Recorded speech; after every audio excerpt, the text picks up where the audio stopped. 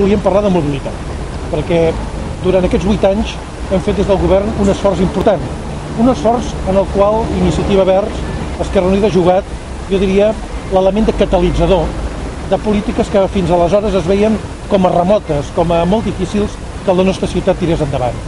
El cas de l'autobús i les marquesines, que en aquests moments tenen panels informatius on queda clar quan arribarà l'autobús, quan falta perquè estigui a prop.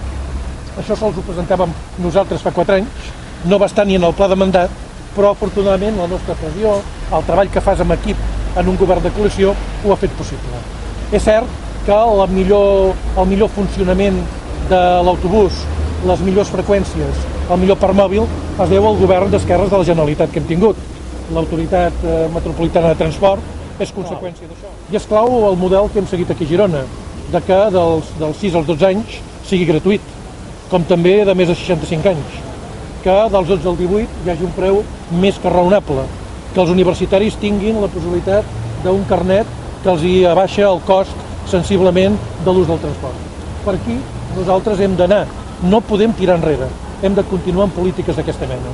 I un altre element, també jo penso prou significatiu, és que a l'anterior elecció, els únics que parlàvem en aquell temps de bicing, ara s'anomena girocleta, nosaltres la vam plantejar a la campanya, no el vam poder introduir tampoc al pla de govern, però al final, amb esforç, s'ha convertit en una realitat que ara jo penso que els gironins no entendrien estar sense girocleta. I que en tot cas tots els grups demanen d'ampliar-ho, tots els grups en aquests moments. Jo penso que això és un paper que nosaltres, des d'Iniciativa Verds, Esquerra Unida, ens hem caracteritzat. Ens hem caracteritzat d'anar una mica més endavant. Sabem que aquest una mica més endavant la gran majoria el podia seguir. Jo penso que aquest és un dels elements que proposem per al futur.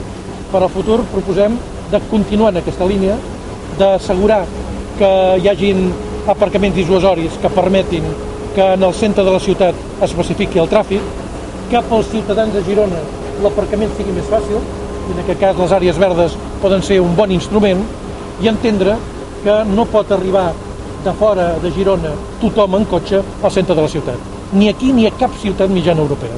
Per tant, amb això anem, amb una política de convenciment, amb una política gradualista, amb una política de donar exemple, amb una política de pacte.